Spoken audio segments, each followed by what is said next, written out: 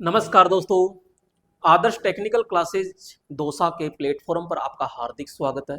कैसे हो दोस्तों? आशा करता हूँ सभी ठीक होंगे, सभी मस्त होंगे। सभी को राम राम दोस्तों। जैसे कि अपना मास्टर कैप्सूल चल रहा है और आज एक और मास्टर कैप्सूल के बारे में देखते हैं। आपको बहुत ही अच्छा लगा जो पिछले वाला मास्टर कैप्सूल आपने देखा, बहुत अच्छा प्यार प्रेम दिखाया। और एक और मास्टर कैप्सूल के अंदर आइए रूबरू होते हैं और यहाँ पर लेकर आए हैं सेल। सेल सामान्यतः दोस्तों क्या होता है, तो नॉर्मली कहते हैं सेल के अंदर रासायनिक ऊर्जा होती है और जब लोड लगा देते हैं तो वो लोड को रासायनिक ऊर्जा से किस में चेंज कर देता है, तो सीधा सीधा मेरे दोस्तों वो वैद्युतिक ऊर्जा में परिवर्तित कर देता है। तो सेल क्या है? वह युक्ति जो रासायनिक ऊर्जा को किस में चेंज कर देता है, विद्युत ऊर्जा में चेंज कर देता है। जबकि हमको ये भी पता है कि सेल का जो सिंबल होता है वो ये होता है, और दो या दो से अधिक सेलों को जोड़ते हैं तो दोस्तों यहाँ दो या दो से अधिक सेलों को जोड़ते हैं तो इसे हम क्या कहते हैं? बैटरी कहते हैं। क्या कहते हैं? बैटरी कहते हैं। यहाँ पे दोस्तों जो सेल होते हैं, सेल दो प्रकार के होते हैं। एक होता है प्राइमरी और एक होता है मेरे प्यारे दोस्तों सेकेंडरी होता है। प्राइमरी सेल वो होता है जिसको हम एक बार यूज लेते हैं और वो उसका दी एंड हो जाता है तो उसको फेंक दिया जाता है, यानी उसको दोबारा चार्ज नहीं किया जाता है।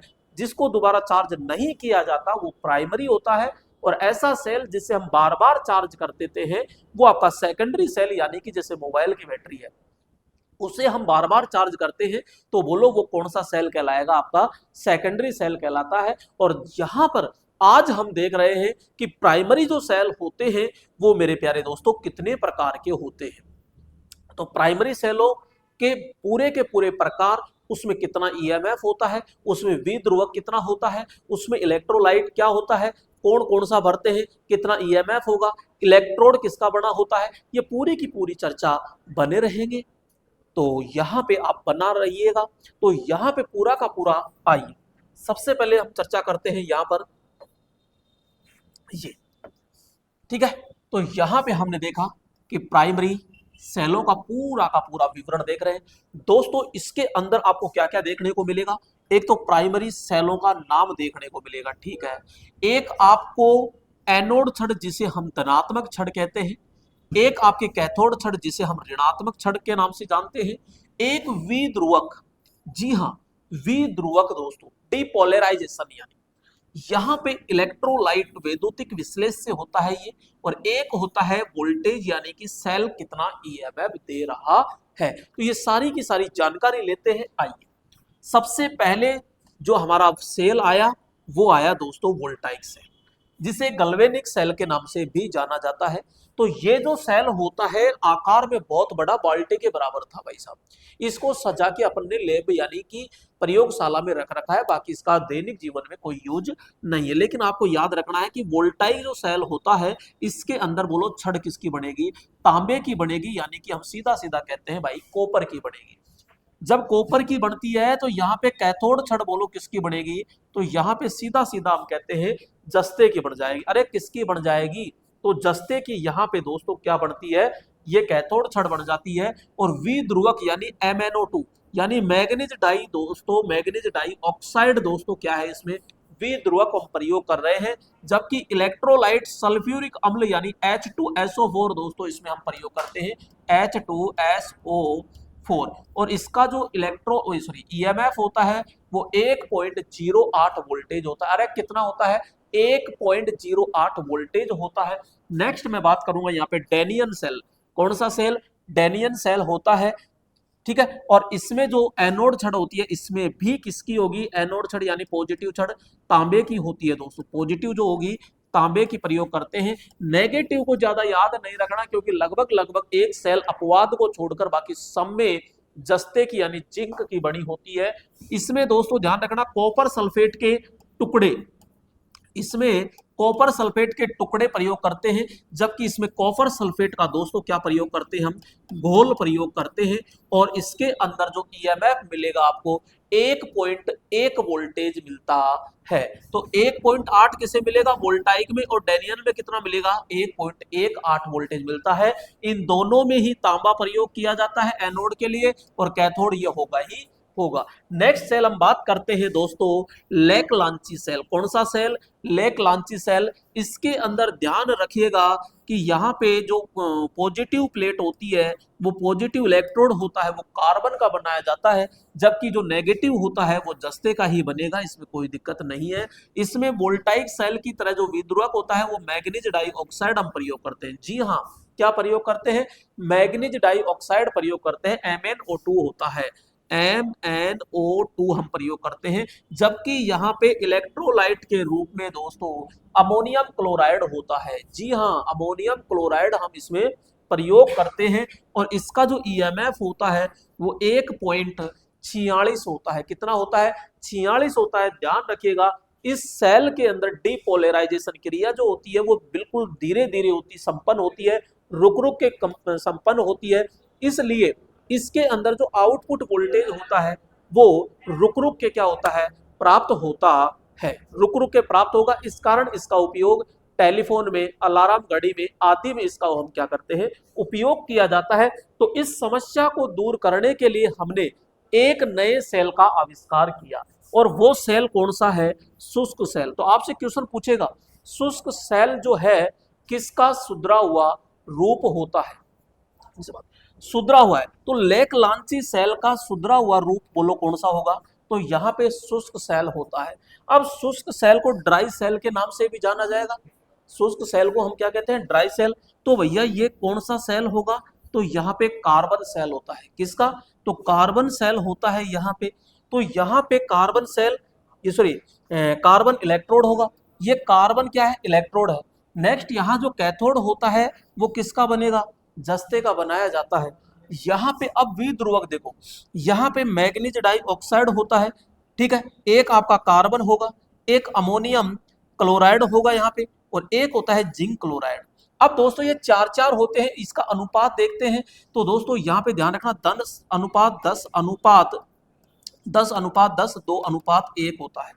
10 10 2 1 के रूप में यहाँ पे जाना पहचाना जाता है। वैसे आपको केवल याद एक ही रखना है, मैग्नीज डाइऑक्साइड। देखो ऊपर भी मैग्नीज डाइऑक्साइड, इसमें भी मैग्नीज डाइऑक्साइड, और इसमें भी आप याद रखो मैग्नीज डाइऑक्साइड ज्यादा हम प्रयोग करते हैं।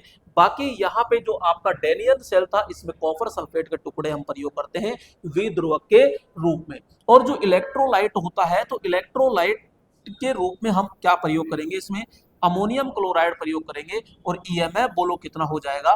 1.5 वोल्टेज होता है। तो आपको पता होगा सीधा सीधा कि 5 रुपए का जो सेल आता है, 6 रुपए का, 10 रुपए का जो सेल आता है जो हम दीवार घड़ी में लगाते हैं, रिमोट के अंदर लगाते हैं, वो कौन सा सेल है आपका?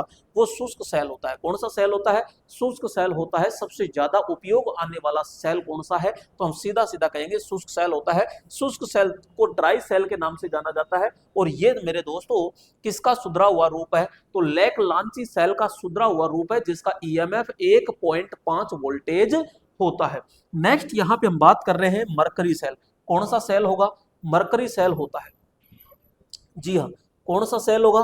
तो यहाँ पे मैं सीधा सीधा कहूंगा दोस्तों, यहाँ पे मरकरी सेल होगा। कौन सा सेल होगा? तो मरकरी सेल होता है। यहाँ पे कौन सा सेल होगा?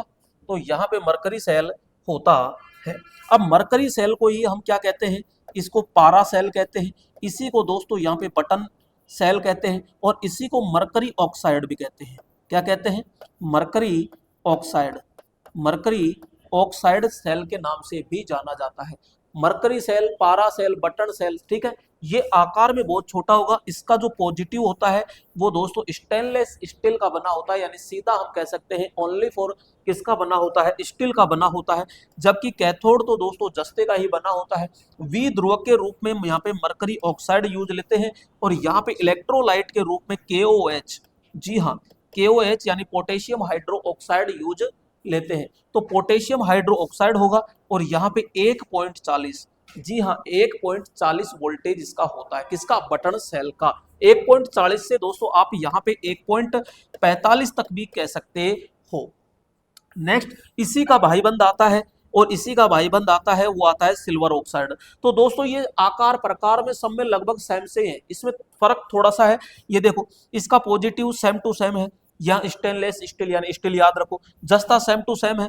बस फर्क क्या है कि विध्रुवक में इसमें मरकरी ऑक्साइड यूज करते हैं और इसमें हम सिल्वर ऑक्साइड यूज करेंगे। क्या करेंगे? सिल्वर ऑक्साइड हम यूज करेंगे। बाकी यहाँ भी जो हमारा इलेक्ट्रोलाइट है यहाँ भी same to same potassium hydro oxide यानी KOH हम प्रयोग करते हैं। और यहाँ पे दोस्तों जो वोल्टेज मिलेगा वो आपके शुष्क सेल के बराबर मिलेगा यानी 1.5 वोल्टेज मिलता है। और वेरी वेरी मोस्ट ध्यान रखना दोस्तों, लिथियम सेल, जी हाँ, अगर यहाँ पे लिथियम आयन शब्द दे दे तो सेकेंडरी सेल होगा। अगर लिथियम सेल देता है तो आपका प्राइमरी, और लिथियम आयन शब्द देता है तो ध्यान रखना सेकेंडरी, ये आपका प्राइमरी है। लेकिन अगर गलती से यहाँ पे क्या आ जाए, लिथियम आयन शब्द आ जाए तो अपने आप में कौन सा सेल हो जाएगा? सेकेंडरी सेल होता है। और ये बोलो इसमें जो एनोड होगा वो किसका बनेगा? इसमें ध्यान रखना ये एनोड कार्बन का होगा, जबकि यहाँ पे कैथोड, यही इंपॉर्टेंट है क्योंकि ऊपर सभी के अंदर जस्ते का बनता आ रहा है, लेकिन बोलो इसमें किसका बनेगा? ये लिथियम का बनाया जाता है। इसमें विध्रुवक क्या होगा?